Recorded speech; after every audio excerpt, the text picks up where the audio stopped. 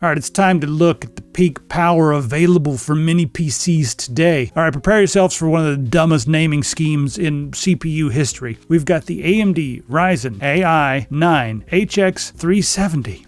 That's the name of the CPU. And this is like a step up from the 8845HS and similar CPUs. 12 cores, 24 threads. And it's really freaking fast at 5.1 gigahertz. Plus, we also have the Radeon 890M. I've been showing this on the screen while I'm taking it out of the box, and you're probably looking at it being like, okay, who in the hell is Aiberzy? Aiberzy? This is a sub-brand of Minisforum. So you're getting the expertise of Minisforum, you're getting the know-how of Minisforum. They wanted to brand, what they told me, to do like medium and high tier stuff that's more in the standard realm of mini PCs. They're doing the R&D for some very interesting stuff, like their little servers and their gaming PCs and different stuff that's not a normal mini PC. They do R&D there, and then some of the benefits are going to move down into the other line like we have here from Aiberzy. Aiberzy? Let's just call it Aiberzy.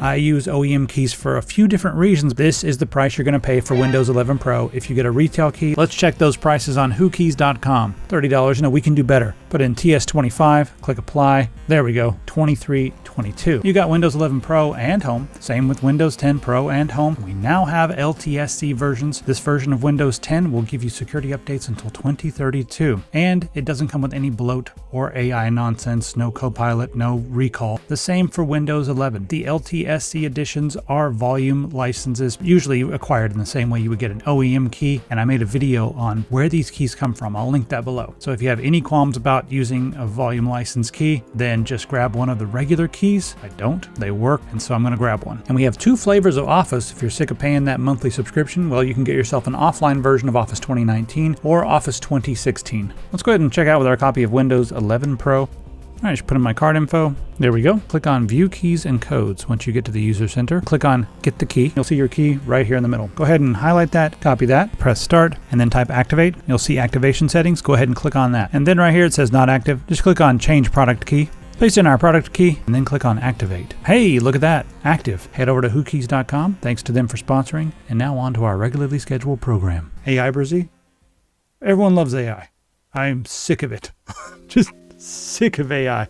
Anyway, let's go through the specs on this one, shall we? So the combined tops for AI generation is 80 tops. It's got an MPU that does 50 tops on its own. That means you can crank out 512 by 512 slop in just 1 second and just clog up the internet with useless, tasteless, artless garbage. I want you to do this. Just ruin the internet so we can all go hang out in cafes. I'm serious at this point. Just clog it with so much stuff that nobody can use the internet anymore with all your AI generating garbage, so we can go and hang out in person once we throw our phones into the rivers from being sick of generated AI nonsense. And this will let you do it even faster. Oh God. Next up, the 890M. Well, that's nothing to sneeze at. This is one of the fastest integrated GPUs I've ever seen. And you can too. I don't know, I just felt like something should go there. 2900 megahertz. How on earth? We got a couple gigabytes of dedicated memory on this one. And then we've got 32 gigabytes of DDR5 on the system. 5600 mega transfers there, megahertz, whatever, I don't know. They say megahertz. Isn't mega transfers the thing nowadays? 5600 megahertz. Now, half of that can be dedicated to the AI slop, but also the graphics card. So when you're playing games, it will share some of that system memory to allow you to do more stuff. The overall wattage on this is 45 to 65 watts. We got the latest technologies when it comes to connectivity and wireless. We got Wi-Fi 7 and Bluetooth 5.4. Wi-Fi 7 is 23 gigabits per second. I need some Wi-Fi 7. That's ridiculous. We've also got the advanced cold wave cooling system, they call it. Old 15 millimeter fan, 75 centimeter turbo fan. Goes up to 4,000 RPM.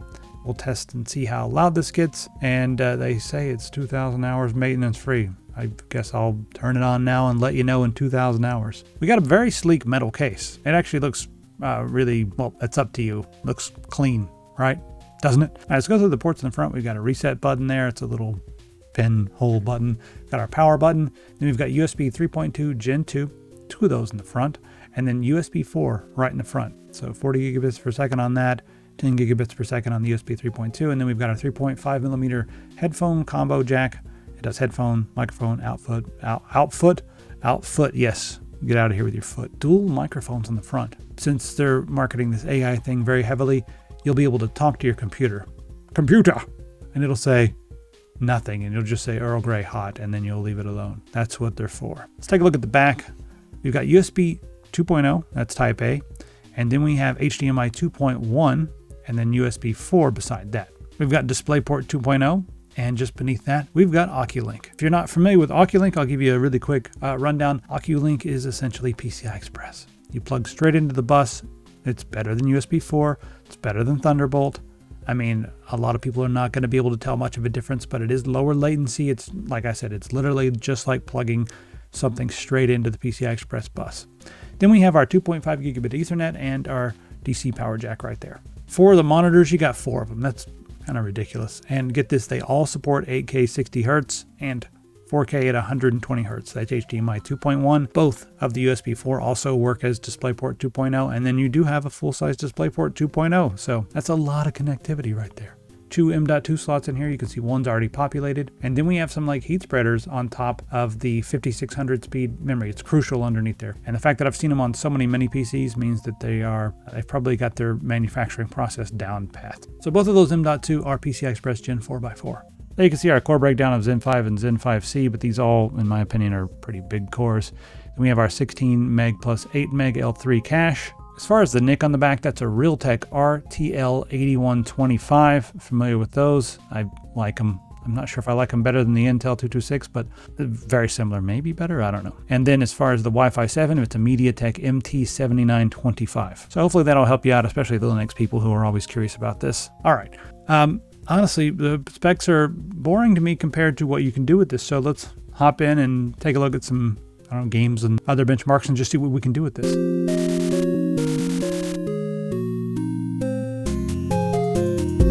All right, next up, we'll have a look at superposition. Taxes the GPU and the CPU, running at 1080p on medium. We've got a score of 5881 with an average of 43.99 and a minimum of 33.94. All right, let's take a look at Unigine Valley. 82.3 FPS, minimum 37.4, and the score is 3445. This is extremely high for an integrated GPU. All right, Baldur's Gate 3. Right now I'm currently running this on medium, and I think 30s is pretty good for medium for integrated graphics. Like, not bad at all. Let me show you the exact settings because I always use SMAA instead of TAA because I do not like that smudgy TAA nonsense. So that's how I'm cheating a little bit. We have upscaling turned off, but I think a lot of people are going to want to play this with FSR 2.2 turned on. There we go. And then for the upscaling mode, I'll do quality. And there we go. Now let's see how fast we're running on medium. There we go. 44 FPS. And I think it looks pretty good. You know, I'll do a benchmark here like this. All right. Looking pretty good. Let's go ahead and change it. Let's try high. Don't think high is a good idea. You know, when you're in certain areas, you can put this on high because running in the 40s is totally fine with a game like this. It's not, you know, a fast-paced shooter, so you're totally fine running this in the 40s. In fact, I might do this. You'll just have to like change it to low. Get up there. You'll have to change it to low whenever you're in the cities and stuff, but yeah, totally worth it. Let's just see what our medium benchmark look like right here. The 1% lows in particular, 35.8. So didn't drop low enough that it would make that much of a difference. I think playing this on medium with FSR is probably a good way to go. But if you are okay turning off FSR, you're also probably okay. So yeah, very playable Baldur's Gate 3. All right, I got a feeling we're going to be able to do medium on Cyberpunk. Just put it on straight up medium and see how it runs. All right, we're doing straight up medium. All right, there we go. That's more like it. 43.21 FPS on just the pure medium setting that also has FSR 2.1 turned on the auto setting. So I think this is a pretty good way to play it if you're going to play it on a system like this. And I don't think I would try to go any higher than medium. All right, let's try some Unreal Engine stuff here. And I picked something probably not appropriate to show to anybody. This is the Outlast Trials. I'm going to run this on medium 1080p. You're essentially a test subject. They call them reagents. And you're in with a bunch of other test subjects. who are being pushed to the limit, and they're going to see who rises to the top and possibly becomes a sleeper agent. There's all kinds of different scenarios they put you through. They're all gruesome and horrific. This game's not for kids. So yeah, anyway, the point of it is that it's an Unreal Engine game, and I wanted to see how it runs on this system. There you go. Yes. Come to the Murkoff Corporation. I need to look at this. A well-optimized Unreal Engine game. We're getting 93 FPS, and it looks great. I mean, we're in a very confined environment, as you can see, but we're getting really good FPS. I've turned off the VSync and everything, so you might see some screen tearing, but I just wanted to see how it feels. And I've got my night vision going on right here. So I'm not going to go too far into the game because, like I said, it's probably too horrific to be showing on a mini PC video, but it's beautiful and it runs amazingly well. It's kind of crazy to think that a game that looks this good can play on an integrated GPU. I'm going to turn on ray tracing. I just want to see if we can do it. I don't think we can. I'll turn it down and put up the ray tracing. Ill-advised, but I'm also going to put on FSR. We'll do quality. FSR and ray tracing.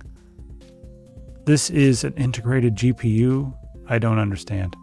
Again, small environments, but look at the details. Look at everything. So yeah, I'm playing a game with ray tracing. I guess we now have look at that. I guess we now have ray tracing and screen tearing. And I didn't have to show you anything horrific to show you some crazy graphics running on an integrated GPU. All right, Cinebench, our single core score, it's beastly. But the multi-core score is beastlier. This is really good when it comes to straight up single core performance. However, the Intel Core Ultra single core score was 2159. This one is 2005. So the Intel Core Ultra 9 285H is slightly faster when it comes to single core. However, multi-core, the AMD just stomps all over it. So the Intel Core Ultra 285H, the score for multi-core was 15123. And you can see the score here for multi-core is 22013. The Intel has a number of efficiency cores which are lower powered. This is going to be much faster when it comes to doing rendering or anything that requires lots of cores. And gaming and stuff, pretty similar because we're not going to use all the cores for gaming. But, you know, anything that requires all those cores, this is going to be nice. All right, let's look at Geekbench. 2911 on the single core and the multi-core 14843. Scroll down here, pause it if you want to see anything in particular, especially Clang, very important. There we go. And then we'll take a look at the OpenCL performance, 36257. That's one of the highest scores I've ever seen for an integrated GPU. And I'll scroll down again here, and you can take a look at all the individual scores.